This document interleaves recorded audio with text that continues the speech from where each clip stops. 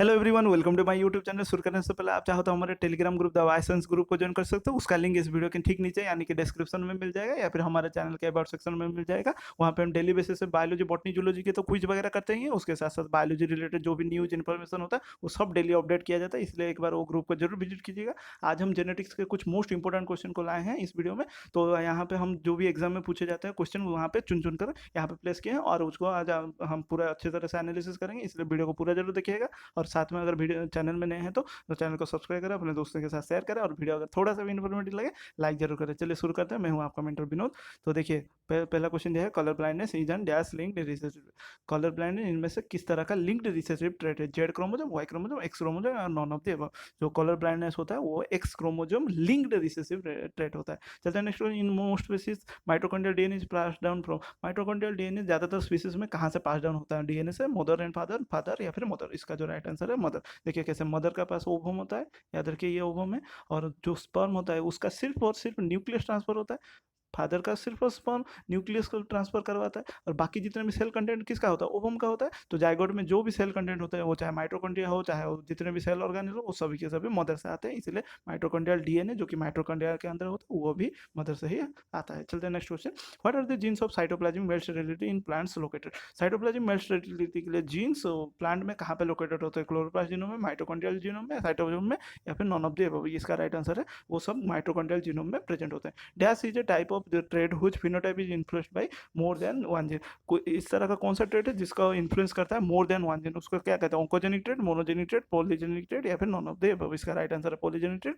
आपने पढ़ा होगा skin colour in man, skin colour in man पढ़ा होगा, उसके साथ आपने हाइट इन मैन पढ़ा होगा, इंटेलिजेंस इन मैन पढ़ा होगा। ये सभी के सभी पॉलीजेनिक इनहेरिटेंस के एग्जांपल है। चलते हैं next question. A trait that overpowers and hide another trait is called. एक ऐसा ट्रेड जो कि ओवरपावर, खुद को पावर दिखाता है और बाकी सप्रेस कर देता है दूसरे ट्रेड को, उसको क्या कहते हैं? Overpowering trade, complex trade, recessive trade या फिर डोमिनेंट ट्रेड। उसे सिर्फ और सिर्फ डोमिनेंट ट्रेड कहा जाता है। डोमिनेंस आपने पढ़ा होगा जो कि डोमिनेंस इफेक्ट दिखाता है by suppressing the recessive one. Next question, why is haemophilia a disease that is more commonly seen in. Haemophilia ज्यादातर क्यों मेल्स में पाया जाता है? यही पूछा है। बोथ 2 एंड 3 यानी बी और सी को बोल रहा है, या फिर the disease is Y linked या फिर the disease is X linked या फिर none of the above. So इसका जो राइट आंसर है the disease is X linked. देखिए मेल में आप लोगों को पढ़ा हुआ, आपने पढ़ा हुआ 22 प्लस एक्स वाई होता है और एक ही एक्स क्रोमोजोम होता है, ध्यान दीजिएगा। और इसी एक्स लिंक्ड होने की वजह से ये अगर एक इसके ऊपर एच आ गया तो मेल्स को डेफिनेटली हीमोफिलिया होगा। वहीं दूसरी तरफ फीमेल में आप लोगों ने देखा फिर 22 प्लस डबल एक्स होता है। सो फीमेल को हीमोफिलिया होने के लिए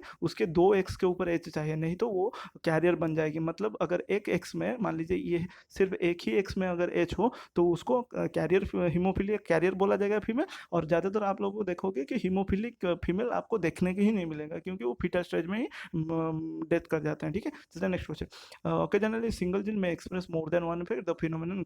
ज़्यादातर एक जीन क्या करता है ना, मोर देन वन इफेक्ट दिखाता है, उसको क्या कहते हैं? मल्टीपल एलर्जी, मोजाइक, प्लियोट्रोपी या फिर पॉलीजेनी, उसको कहते हैं प्लियोट्रोपी। आपने पढ़ा होगा फिनाइल कीटोनुरिया, सिकल सेल आने में जो कि पॉइंट म्यूटेशन की वजह से होता है, वो सभी के सभी एक ही जीन के द्वारा इन्फ्लुएंस होता है। ठीक है, पॉलीजीन में बहुत सारे जीन इन्वॉल्व रहते हैं एक फिनोटाइप के लिए, यहाँ पे एक जीन बहुत सारे ट्रेट के लिए इन्वॉल्व रहता है। चलते हैं next question. Conditions of A karyotype 2n plus और माइनस 1 एंड 2n प्लस और माइनस 2 आर कॉल्ड एनिप्लॉइडी, प्रोलिप्लॉइडी, एलोप्लॉइडी या फिर एलोपोलिप्लॉइडी या फिर मोनोजोमी। उसको कहा जाता है एनिप्लॉइडी। जो कंडीशन में 2n प्लस 1 हो सकता है या फिर माइनस 1 हो सकता है, 2n प्लस 2 हो सकता है या फिर माइनस 2 हो सकता है। चलते हैं नेक्स्ट क्वेश्चन।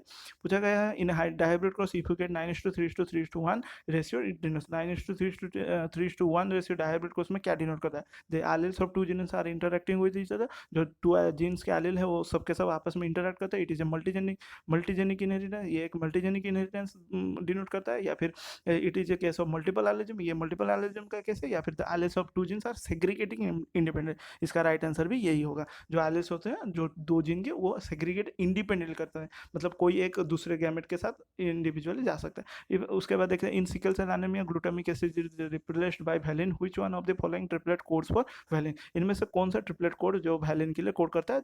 किसके लिए? पॉइंट म्यूटेशन के वजह से सिकल सेल आने में हमें जीजीजी, एएजी, जीएए या फिर जीओजी। इसका राइट आंसर है जीओजी, वैलेंट के लिए कोड करता है। और ये जीओजी होने का वजह रीजन कौन है? पॉइंट म्यूटेशन, जो कि एक छोटा सा पॉइंट में होता है और जिसके वजह से पूरा RBC, normal RBC sickle cell का आरबीसी बन जाता है। सिस्टिक फाइब्रोसिस क्या है? Sex linked recessive disorder, autosomal dominant disorder, autosomal recessive disorder या फिर सेक्स लिंक्ड डोमिनेंट डिसऑर्डर। इसका राइट आंसर है ऑटोसोमल रिसेसिव डिसऑर्डर। उसके बाद पूछा है the smallest unit of genetic material का smallest unit which produces a phenotype effect on mutation. तो जेनेटिक मटेरियल का छोटा सा यूनिट, स्मॉलेस्ट यूनिट, जो कि फिनोटाइप इफेक्ट म्यूटेशन में प्रोवाइड करता है, वो क्या है? म्यूटन जीन, रेकॉन न्यूक्लिक एसिड, उसे म्यूटन कहा जाएगा। ठीक है। उसके बाद रेकॉन जो होता है रिकॉम्बिनेशन करता है जीन, या तो आप जानते हैं जीन है पार्ट ऑफ क्रोमोजोम और डीएनए। उसके बाद पूछा है 9:7 ratio is the in the F2 generation.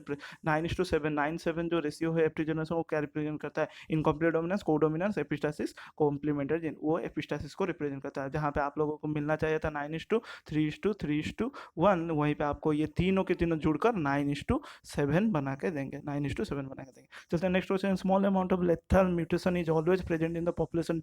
हमेशा स्मॉल अमाउंट का लेथल म्यूटेशन, लेथल यानी जो डेडली म्यूटेशन होता है, जो मतलब बहुत ही सीवियरली डेथ करवा सकता है ऑर्गेनिज्म का, वो हमेशा पॉपुलेशन में प्रेजेंट किसके वजह से होता है? पॉजिटिव सिलेक्शन, नेगेटिव सिलेक्शन, या फिर फ्रीक्वेंसी डिपेंडेंट सिलेक्शन, या फिर म्यूटेशन सिलेक्शन बैलेंस। ये इसका राइट आंसर है म्यूटेशन सिलेक्शन बैलेंस के वजह से हमेशा लेथल म्यूटेशन पॉपुलेशन में प्रेजेंट होता है। In if a genetic disease is transferred from a phenotypical normal but carrier female to only some of the male progenitor, the disease is death. मतलब मान लीजिए कोई एक जेनेटिक डिजीज है जो कि फिनोटाइपिकली नॉर्मल, जो फीमेल है वो फिनोटाइपिकली नॉर्मल दिख रही है, लेकिन उसके बॉडी के अंदर जीनोटिपिक डिजीज है और वो ट्रांसफर हो रहा है। उसके जो भी बच्चे हैं मेल प्रोजेनी, मेल बच्चे हैं, जो भी मेल बच्चे हैं, उनमें कुछ ही मेल बच्चे में प्रोजेनी में वो डिजीज ट्रांसफर हो रहा है, कुछ ही, ध्यान दीजिएगा, सम लिखा गया, सम ऑफ द मेल प्रोजेनी। तो वो किस तरह का डिजीज है? Autosomal dominant, autosomal recessive, sex linked dominant, या फिर सेक्स लिंक्ड रिसेसिव। इसका right answer sex linked sorry sex linked recessive की वजह से। ठीक है। क्योंकि देखिए आप लोगों को मालूम है मेल में क्या होता है 22 प्लस एक्स और वाई, और ये एक्स कहाँ से आता है? फीमेल बॉडी से या फिर मदर से आता है, या और ये वाई फादर से आता है। ठीक है। ये आता है मदर, मैं लिख दे रहा हूँ। सो ये एक्स आता है मदर में, मदर के पास से, और ये फादर के पास से। तो ये जो एक ही एक्स होता है ना, यही डिजीज कैरी करता है। और यहाँ पे लिखा है ना सम लिखा है, यानी कि सारे तो नहीं, सम, इसीलिए ये रिसेसिव होना चाहिए। अगर सारा का सारा मेल प्रोजेनिट डिजीज अफेक्टेड होता है तो ये सेक्स लिंक्ड डोमिनेंट होता है। ठीक है। यहाँ पे सम ऑफ द मेल प्रोजेनिट लिखा है, इसी वजह से ये होगा हमारा रिसेसिव। चलते हैं next. Mendel law of independent assortment holds good for genes situated on the. So Mendel का जो लॉ ऑफ इंडिपेंडेंट असार्टमेंट कहाँ पे एक्चुअली जीन कहाँ पे प्रेजेंट होता है, सिचुएटेड होता है? Non homologous chromosome, homologous chromosome, extra nuclear genetic में एलिमेंट, या फिर सेम क्रोमोसोम। इसका राइट आंसर है वो होमोलोगस क्रोमोसोम पे वो जीन प्रेजेंट होता है। चलते नेक्स्ट। तो इसी के साथ हम आज का क्वेश्चन था। तो होप आप लोगों को कुछ कॉन्सेप्ट समझ में आया होगा। इसी तरह से हमारा कंटिन्यू सीरीज चलता होगा। So thanks for watching this video. कोई क्वेरी वगैरह है तो कमेंट बॉक्स में जरूर बताइएगा, और वीडियो पसंद आया तो लाइक शेयर सब्सक्राइब करें। मिलते हैं नेक्स्ट वीडियो।